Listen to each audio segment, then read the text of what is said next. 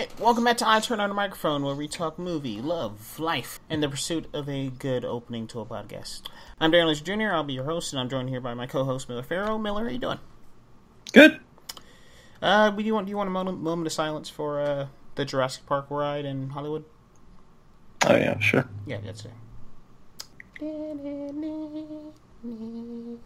But on this episode, we're gonna hit some Telluride hype. The Telluride and the Venice Film Festival is going on right now, so we're gonna hit that. We're also gonna talk about McClain, the pre-sequel to the Die Hard series, Die Hard 6, but not really. It's Die Hard 6 and Die Hard -1 at the same time.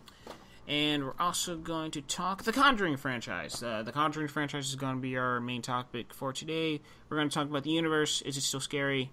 And what we're expecting from The Nun that opens Friday.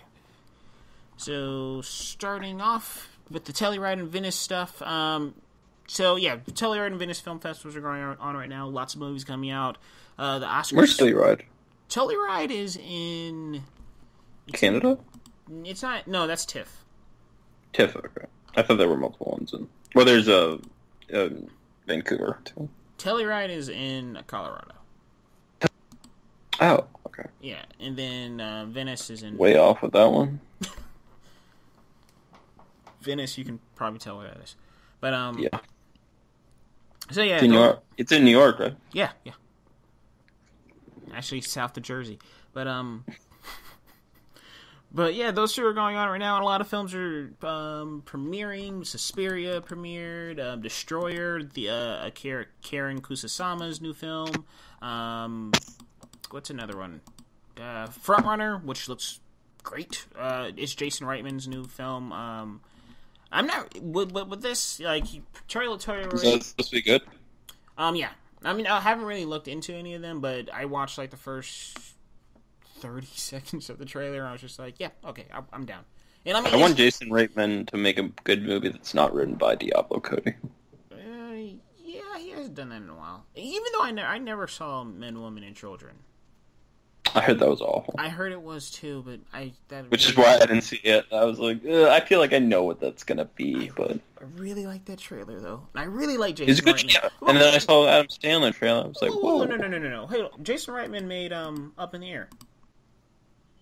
Yeah, but it's been a while. That's what I meant. Oh, okay. Yeah. Because he made Totally, but that was Diablo Cody, and then he made Juno Diablo Cody. Okay. But Up in the Air is freaking fantastic. Mm-hmm. But yeah, there's a lot of movies premiering. The award season is pretty much kicking off, and we're kind of shaping up. And these film festivals and TIFF is coming. A lot of stuff is coming. These film festivals pretty much shape up what we're going to be seeing awards-wise come the end of the year and the beginning of next year. So, Miller, there was nothing you really wanted to talk about. Like Stars Born. Stars Born is getting a lot of hype. Stars Born is probably going to be my favorite movie of the year. I still think... I don't know what... Honestly, my most anticipated is that movie with Tiffany Haddish and the... damn it, I forgot. Night School? No, not that one. No. Not that one at all. I love the part in the Night School trailer where he's like, it was laundry day, so you wore yellow? I'm tired of seeing those fucking trailers. I honestly thought the movie came out a long time ago. They've over-marketed that a little bit. The Oath. Yeah, The Oath. I cannot wait for The Oath. But, I don't really... Yeah, Ag Barinholtz, he wrote it, directed it, it looks great. That does look cool. Yeah, but, Oh, he directed? Yeah, he directed it. It's gonna be good. Oh. Got a good cast, too. Oh. But, yeah, First Man's getting good hype, but I just really put this in there because Suspiria. I really want to see Suspiria, guys. Like, this movie. It's been kind of... I feel like an idiot because I read the first review Miller sent me, and I was just like, oh, it's bad because the reviewer hated it. But then I was just like... Well, yeah, I just got that impression. I'm like, oh, this is like... Not that that's like all the time, but like with the type of movie I was like, with that, I was like, okay, this is gonna be it for everyone too. Yeah.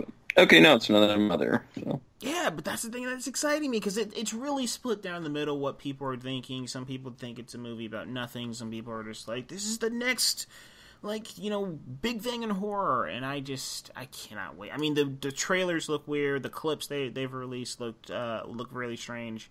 And, some of the reviews I've read for this movie, it just seems like my type of thing. I cannot wait for this film. Check out David Eltrich's review of it.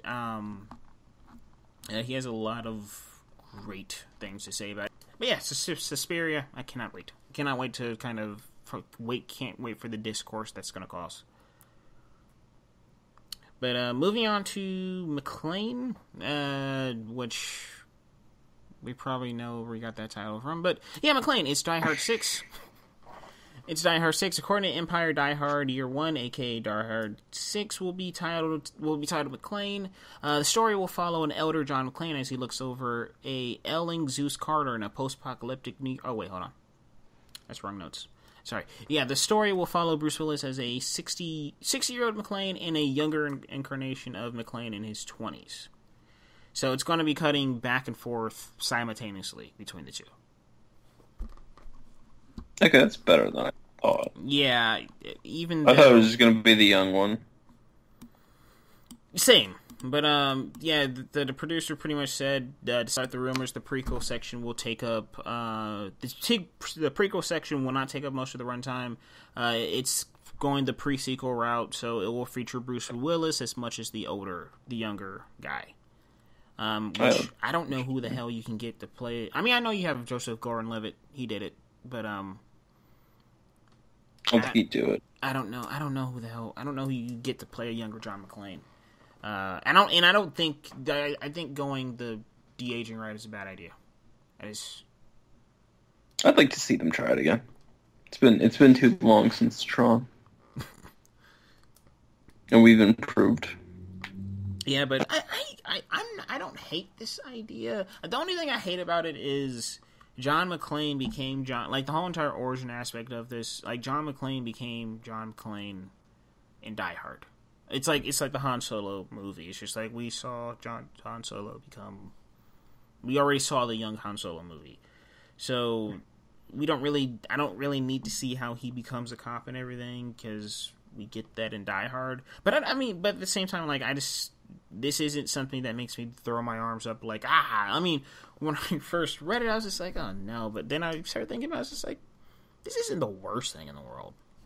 And it's still Bruce Willis in the role, so, like, you can still get something out of this. And I liked Live Free, Die Hard. Like, the only Die Hard movie, well, I didn't even see it. So, yeah, Good Day to Die Hard I pretty much avoided, but I like all the Die Hard movies. I think they're all... Wait, you didn't see Good Day to Die Hard? Hell no. Jesus Christ. Why would I? Yeah, what did I see there? The movie is, like... You talk about, like, want to fight a movie? That's a movie I want to fight. Oh, yeah, I've heard.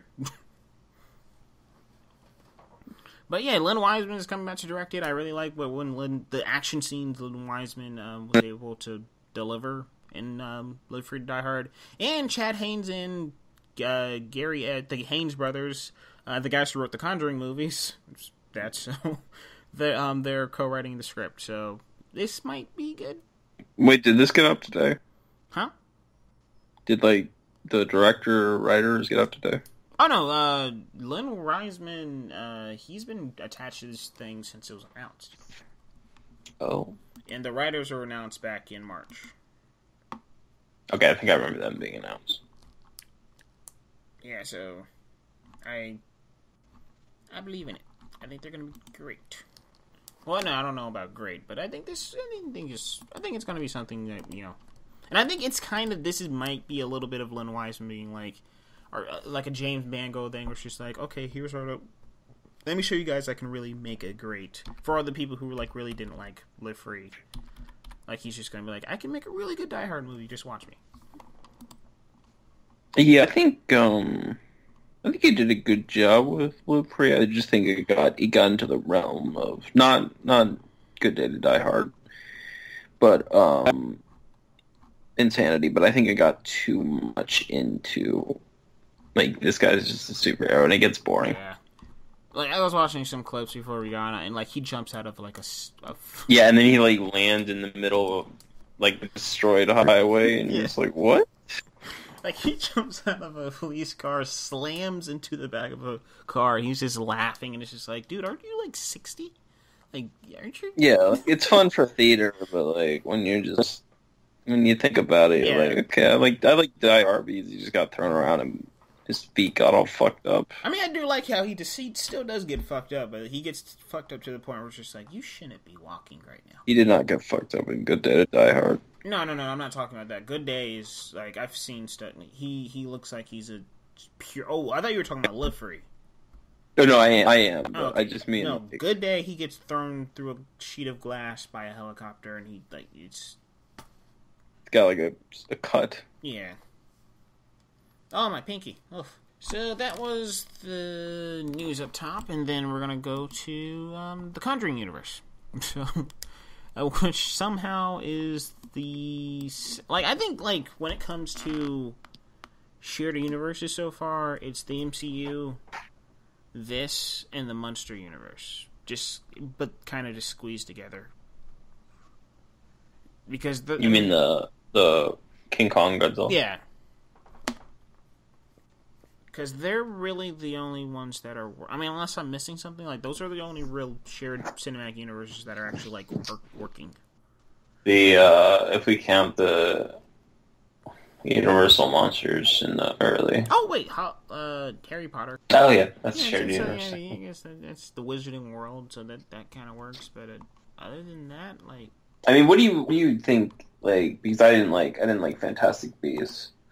So do you think for it to, like, count as, like, a shared universe that works, it just be, like, successful, good reviews? I think it just has to be successful within pop culture. It has to box office. Like, to a degree, yeah. Yeah, to a degree. Like, box office, people are coming back to see it. Because I think people are definitely... I mean, we'll definitely know...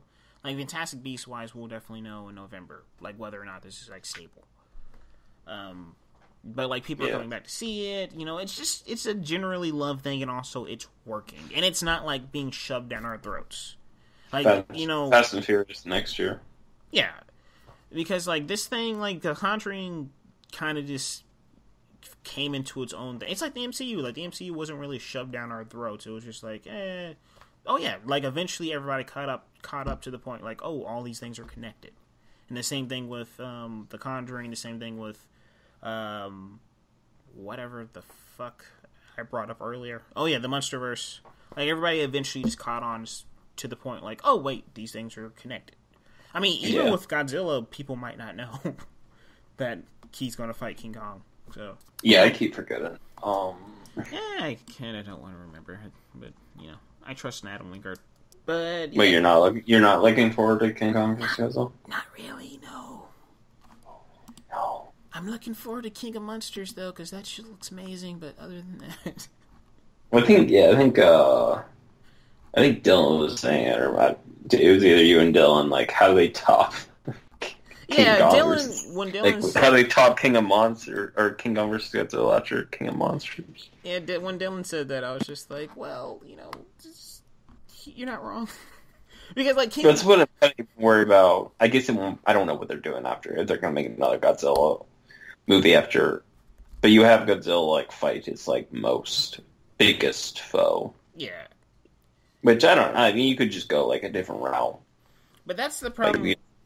That's the problem with escalation sometimes. Like, how do you go bigger than that? Like, I mean, in that trailer, the world looks like it's getting fucked up, and you have King. You already have King Ghidorah or whatever. Yeah, King Ghidorah. You got Mothra, you got Rodan. Like, where do you go from there? Because, like, I don't know, it's like trying to make Godzilla. He's like tried to establish Godzilla as the good guy, so you can't really like have him defeat all those monsters, and then he turns on everyone, and then they're like, "Oh shit, we need to send King Kong in." So they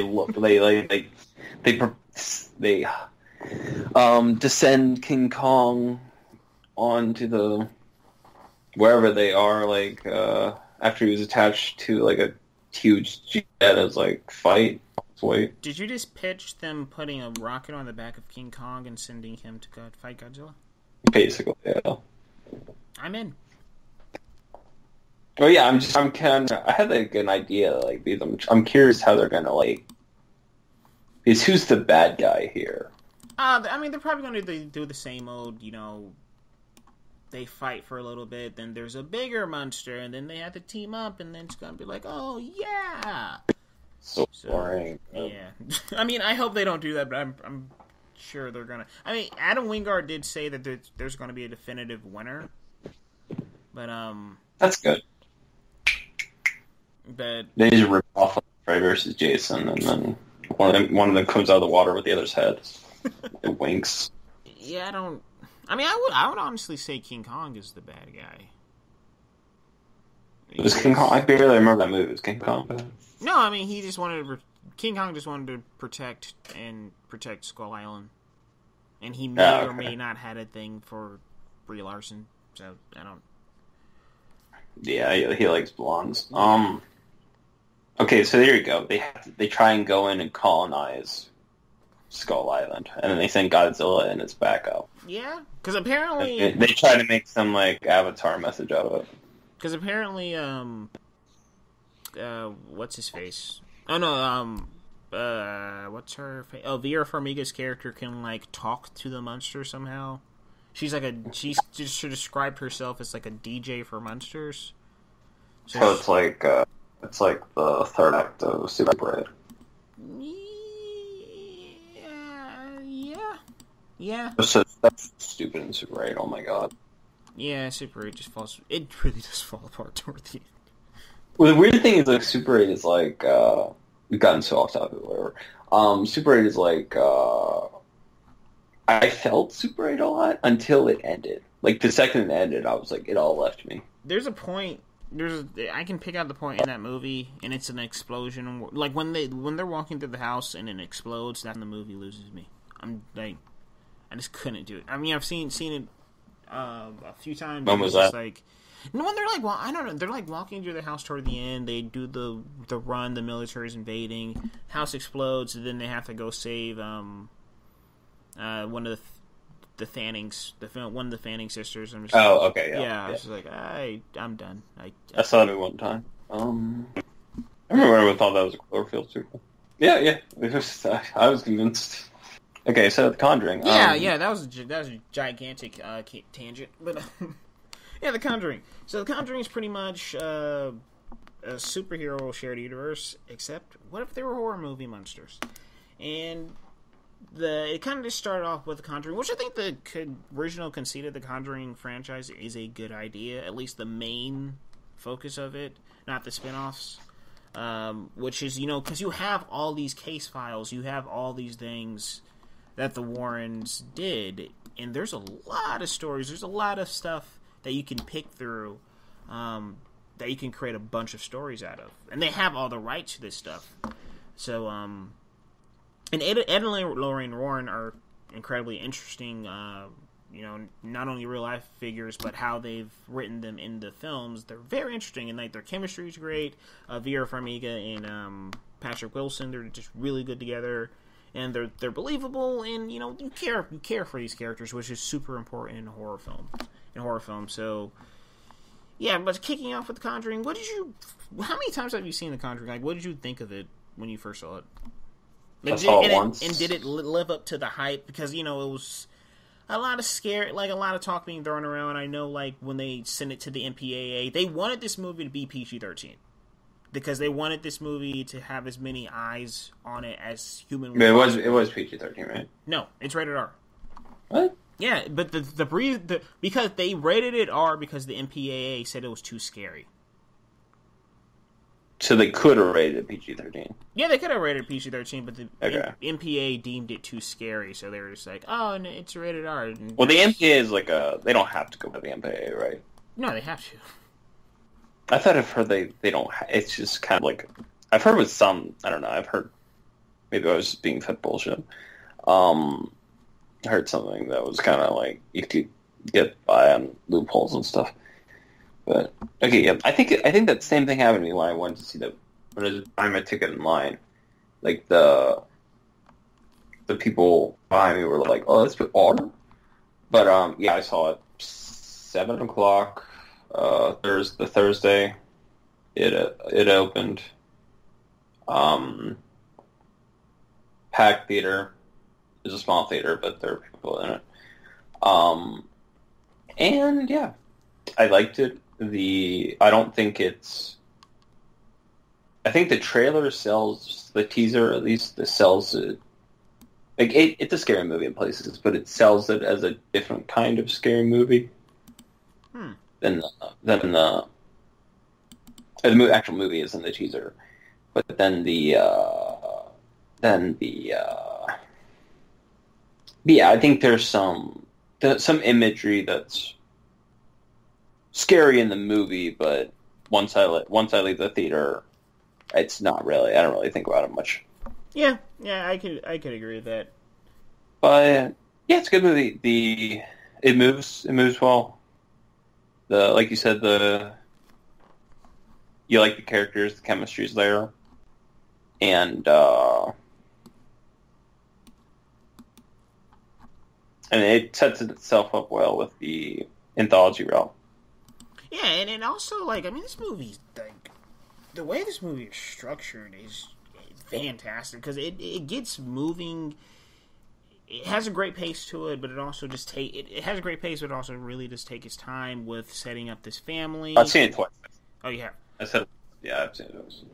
Yeah, with setting up this family and making you care about everybody in it, making you care about the wife, making you care about the husband, and then it features the Warrens, what they're going through, and also the Warren struggle of, like, they want to help these people, but they also want to, be a family and actually be there for their daughter. So it actually creates great human struggle amongst the supernatural stuff.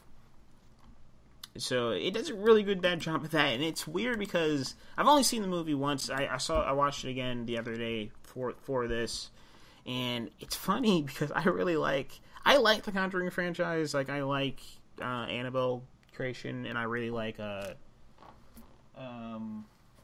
other Conjuring 2? Yeah, The Conjuring 2. But this movie I forgot how good this movie is. Like, this movie runs circles around all of them. I mean, just the camera work, the scares. There really aren't any jump scares in this movie. It's really just tension and misdirection. There's a hell of a lot of misdirection in this movie that leads to some fantastic scares. Like when that little girl rises up from the bed, and then, like, you think, oh, the real little girl must be possessed, but no, there's something on top of that fucking cabinet, and it's an old woman, and she jumps down on another little girl. Like, what the fuck? So, yeah, just the setup, the cinematography is a joy to watch. The clapping scene, which I really wonder if anybody, like, had the balls while they were watching that movie just to be like, I'm gonna clap behind this person while this scene happens, and it scared the shit out of him. But yeah, I mean, I really like this movie, and it holds up incredibly well, and it's really freaky. Like that the exorcism scene is super freaky, and Bathsheba or whatever, really creepy villain. And how they kind of set up the scares with the other ghost, and the mythology building too, and how they use Annabelle. Which, at that time, I think we all thought, like, that would be really cool to see a movie of, and and then they actually did it. But yeah, this movie holds up incredibly well. Yeah, that's true. Yeah, we'll get into that, because you're the only person who's seen it. But, yeah, I think The Conjuring just holds up well, and also, it's one of the few horror movies. Like, I like my bummer endings here and there, but I like that this franchise isn't just like, yeah, we're gonna bum you out every single time. Like, this franchise isn't an A24 movie, an A24 horror movie where it's just like, here's 2 hours of dread, you're gonna feel awful after this, and we're gonna be celebrated as, what do they call horror now? Ascending horror, or what is it? I think Something like that, yeah. Transcending horror or some shit, or whatever. But no, the Conjuring is just like, we're going to give you character, we're going to give you scares, but we're also going to give you a good ending. We're going to let these people walk away and have a normal life afterward. I really like that Hereditary shirt on my 24 store. What is it? Isn't it like a poster? It's like the image of... Maybe cut that out for people who haven't seen it. But it was like $55. I'm like, not worth it. But, yeah, The Conjuring, good? Yeah. Yeah, good movie. Alright, so, yeah, Annabelle. Was there a lot of, Do you know what other horror movies were in 2013? In 2013? I don't know. Because I can't remember if, like, Conjuring was, like... Because I think it came out and people were like, oh, good horror movie of 2013. It's remote. I don't think there were. Okay, so 2013. Ooh, we actually got some good ones. 2013 was The Conjuring, Evil Dead, Mama, which is super overrated. Carrie. I like Mama. No, I don't. I mean, it's not. It's like I don't love it, but I thought it was good for a January horror movie. The thing I don't like about Mama is that the short for the movie is a lot scarier than the actual movie. I don't think I ever saw the short. Yeah, watch the short. The short is terrifying. But yeah, we actually got some good stuff. Yeah, we got World War Z. I think it's I like the Jerusalem scene, and that's it. I like the third act of World War Z. I think that's kind of cool. Yeah. Evil Dead is like... Evil Dead's great. I think I think that movie is great. It's kind of just like... I don't know if it was just because they showed everything in the trailer, but it's just kind of like... It's like watching an extended trailer. Apparently, The Great Inferno came out. That was 2015. Yeah, there's no way. Yeah, okay. Yeah. It got delayed. It got delayed a bunch. So okay. I think it was supposed to come out maybe at one point, 2013. Yeah, because I remember my friend trying to convince me to see that. I was just like, "There's no way that was 2013." I enjoyed that movie. Yeah, I'll never see it. Oh, Oculus. Oculus also came out in 2013, which is another movie I really need to watch. Oculus is not 2013. It is. There's no way Oculus is 2013. It is. I never saw Oculus, but... I need to, because apparently it's great. Yeah, 2018. 13.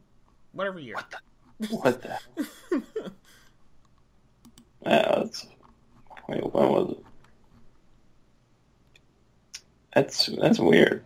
You're getting out. No, it says April 11, 2014 on IMDb. Oh, well, what the fuck? But it says 2013 on the top. And it came out it premiered at TIFF. Oh, okay. And then it actually came out in 2014. Mike Flanagan. Okay. So Annabelle. Annabelle. I saw Annabelle opening night the day before I saw Gone Girl, and during the entirety of Annabelle, with the exception of like one scene that was actually scary, I was like, What is that scene? No, sorry, finish. Go ahead and finish. My bad. It's like a, I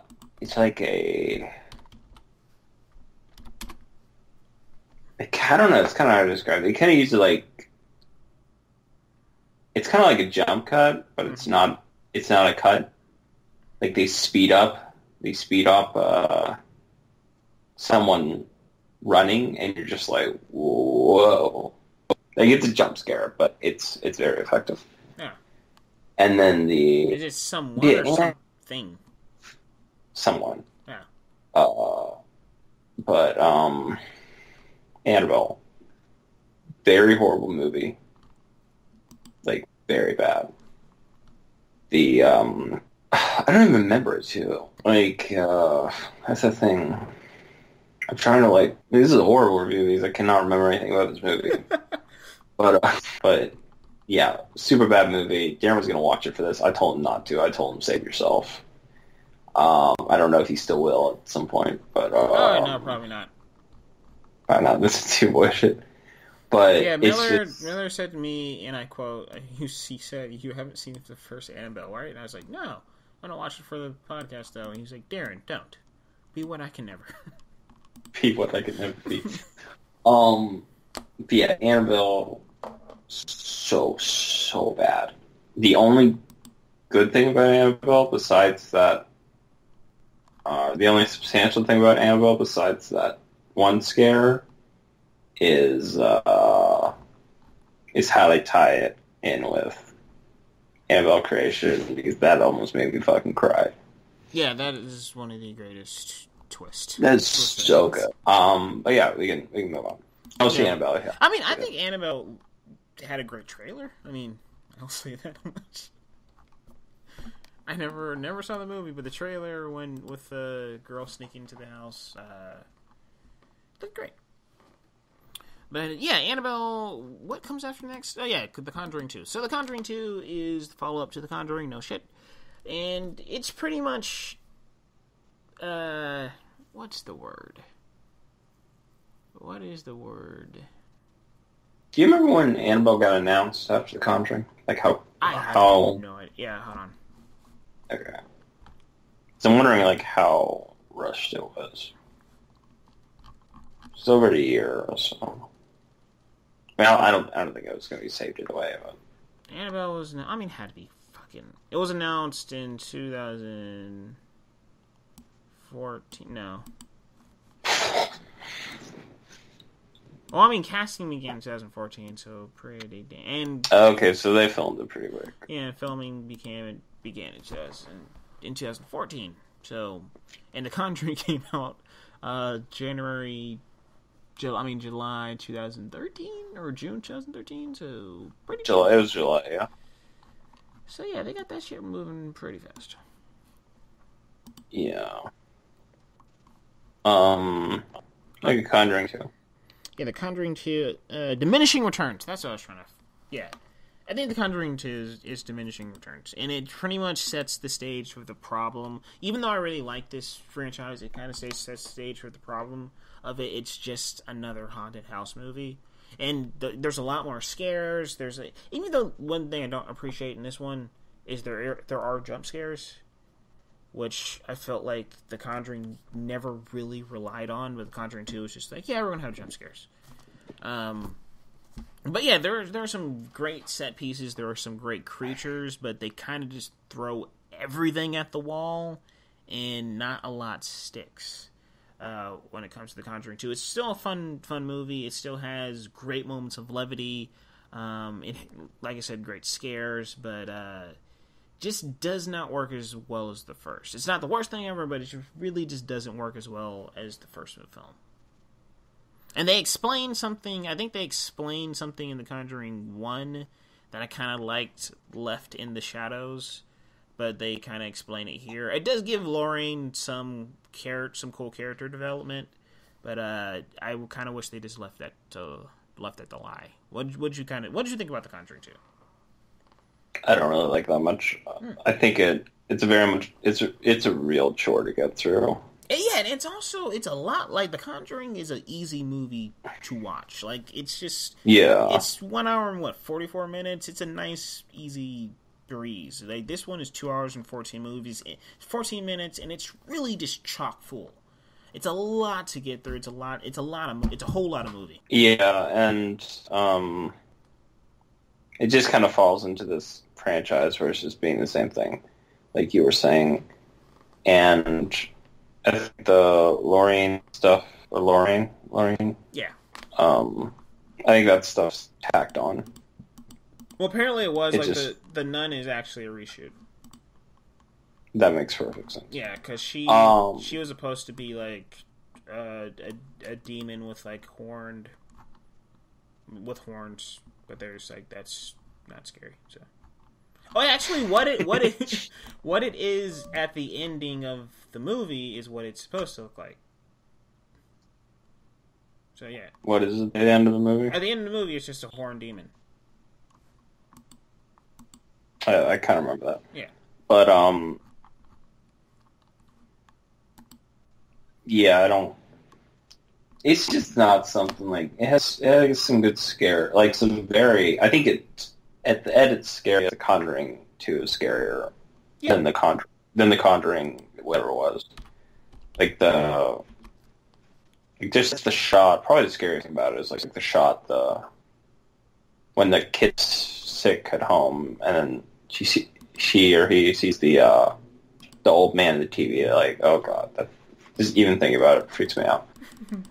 But like, just stuff like that, just they make it feel very, just how it's shot and everything. I saw it at a early screening, which that was a good decision.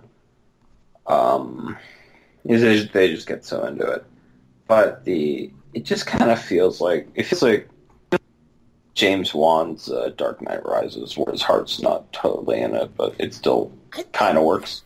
I wouldn't go that far because I think his heart really was in it. It's just didn't. Really... I think his heart was in it, just not completely, not as much as like something like Conjuring.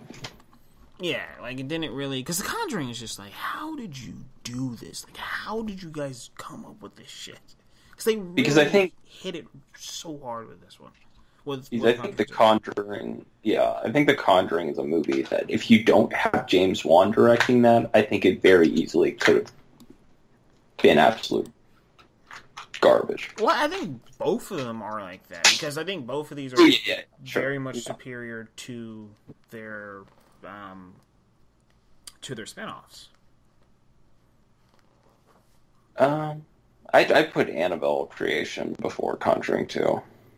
I haven't seen it in a minute, but I would put Conjuring 2 above Creation, even though I love Creation. Like, Creation is a great fun, and it really redeems what I've heard from Annabelle. But I like that ending. I really, really like that ending. So, the ending is so good because I think Creation's a little uneven. Like I think Creation's uneven. Mm-hmm. Or it just feels long. Like, I don't know. There was something about it when I was watching the first... I've only seen it once, but... Where I was just kind of like, this isn't as solid as I thought it was going to be. Coming from... Sandberg? Yeah, because I think Lights Out is one of the best horror movies in years. Yeah, and it's short. That's the best thing about it. Is like... Or maybe not the best thing about it, but it feels like... It's like scary without being like in your face. Yeah. And the... It felt like I was there for like 45 minutes, which is beautiful. Yeah, I remember when I went to the screening for it, they were just like, yeah, the movie's only 78 minutes. We were all just like, huh? So, yeah, and it's simple. It's very, very, very simple with this horror. It's simple premise, simple scares, but simple but effective scares. So, yeah, Lights Out is a keeper. But yeah, I mean, Annabelle Creation is still... It's a fun movie, yeah. Yeah, it's still a fun movie, and it does, and I like what it does with its it does a really good job of universe building too. Mm-hmm. Where it's not in your face or anything. Like when you see the nun, you're like, oh, and then the post credit scene, you're like, oh, okay, now I see what you guys are doing. Wait, was she in it before? What? Oh yeah, no. She was in Annabelle Creation. You can see they pick up a picture. The nun, the actual nun in Annabelle Creation was a nun from, because Sister, whatever her name or whatever, I don't fucking know. In Annabelle. Yeah, in Annabelle Creation, she used to go to the whatever church place that I'm running out of words. Whatever church place the nun is haunting in the movie that's coming out, she used to go there, and when she picks cathedral. The cathedral. When she picks up the picture, you can see the nun in the background, and then she's just like, "I wonder who that was," and it's just like, "That doesn't look like a human being, lady. What the fuck are you talking about?" But she's like, "Yeah, I wonder who this was. Oh, I don't remember." So, but yeah, it does a good job of universe building, and the scares are great, and it's great to watch with an audience. Like I saw Creation twice, because just to get back in the room with a large audience, because that was a lot of fun. And a little girl, especially the little girls making smart decisions. Like when she's just like, where did the dog go? And the little girl's just like, who the hell cares? Just run. Yeah. And it has a bummer ending that works. And I think it's the first bummer ending in the Conjuring franchise, because Annabelle she wins, right? Yeah. Yeah, so that was a very surprising scene coming from this franchise. God, that ending is so fucking satisfying. Yeah, and it's a pre-sequel, and they also have the original, what the doll is supposed to look like. The Annabelle doll is supposed to look like. They have it in, she, like, makes a cameo. And it was really cool seeing that in a theater and everybody knowing what that is. Everybody was just like, oh, shit, look at that. I'm trying to think I hope the Nun has an ending like that. Where they tie it in somehow. Yeah, but in a good way. Yeah. Not like forceful. Yeah. But speaking of the Nun, what are your expectations for the film? I don't know, because it's a Conjuring movie, so I don't like half of them. But I think they've gotten a better hold on their universe. So I think it could turn out well, but I think it's really gone either way. Yeah, I'm excited for it, but the closer we get toward it, I'm just like, this is what I'm thinking they're doing. I doubt they're doing it, but this is what I'm thinking they're doing, because there's only been one trailer for this movie. They're kind of keeping marketing. They released some clips recently. They are not screening it for critics, as far as I know. They might be screening it tomorrow, but I don't know when the embargo lifts. So that's not good. They're screening for critics. But what I'm hoping is that this movie contains like some big spoiler or something, or some big reveal, something of that nature. Because I do think the movie is very much connected to why the nun was haunting Lorraine in the first place. Well, I don't know if this matters, or it probably doesn't matter. It's just knowing people. But the actress Tessa Farmiga. Yeah. Yeah, they're obviously they're related. They're sisters. So I don't know if they could tie it in that way. Yeah, exactly. Or like how the poster looks. It's split down the middle. Maybe she's the nun. Something like that. Maybe that poster's great. It is great. The imagery. Also just the imagery in that movie is just terrifying. It looks terrifying. It looks terrifying and memorable. So, because there's like one scene I saw where like the nun's rising out of the water, and I'm just like, I have to see that on the big screen. I have to. That looks great. But yeah, it could just be another. But that's the problem with these movies. They're just haunted house movies, and they have to kind of get out of like what like our friend Dylan was saying. The Conjuring 3 is rumored to be like a werewolf tale, and it's just like, yes, do that. Like we've seen demons, we've seen demons, we've seen jump scares, we've seen this, we've seen that, we've seen all the flippy floppity camera moves. It looks great. We get it, guys. What else can you do with this franchise? I think the nun should be that, though. How so? The nun, it should be like claustrophobic and confined to a small space. He's like, if it's just happening at like some cathedral and like maybe not a ton of people are aware of what's going on, then it's like, ugh. Yeah, but I guess it does make sense with the nun, but I think whatever they do next, well, we do know what they do next. And it's Annabelle 3, and I think Annabelle 3 sounds great, but it's also just like, it's still a bit of a compromise, because it's just like, it sounds great, but it's still like in a house. Because I think it's Annabelle 3 is the Warrens' daughter trapped with Annabelle, and all of the things they have trapped in their vault, the conduits. So yeah, I'm curious to see how they pull that off.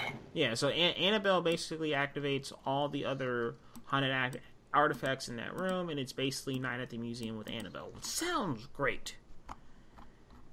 But it's still just a confined area in a house, and there's probably going to be a lot of the same. Mm-hmm. But yeah, I think they just need to switch it up a little bit. But is there anything like in particular you would like to see from this franchise, or like a Crooked Man, or I don't care about Crooked Man at all. I stopped. I mean, he's great, but I think he becomes another Annabelle. Maybe if you could somehow focus them on the bad people. What? Like, if you could have, there are all these, if you could have them focused on, if you could have, like, a figure who, like, is a villain, but you focus on them. Oh, you want to see it from, like, the ghost perspective? Yeah. I guess that would be fun. Like, you just see, like... I mean, I don't know if you could do it with anybody now, but, like, if they introduced more people, then maybe, yeah. Yeah. It's like, why the hell... Like, the nun wouldn't really work as a protagonist. But... Could you imagine? It just doesn't say anything. Yeah, fuck. But, yeah, so... That's our conversation on the Conjuring franchise. Just expand your scope a little bit, guys. Just kind of do something else that's not, in a house in the 70s. And I mean, do you think they're ever going to go to modern times? Oh, that's good. That's a good point. Well, Annabelle was. No, was it? The first one. Are you sure? No, it wasn't. It was 50s. Yeah. No, because it died in the second one. That's good. Yeah, they should do that. And also, like, do you think we're ever going to see, like, an Infinity War situation or something? Or, like, I hope all...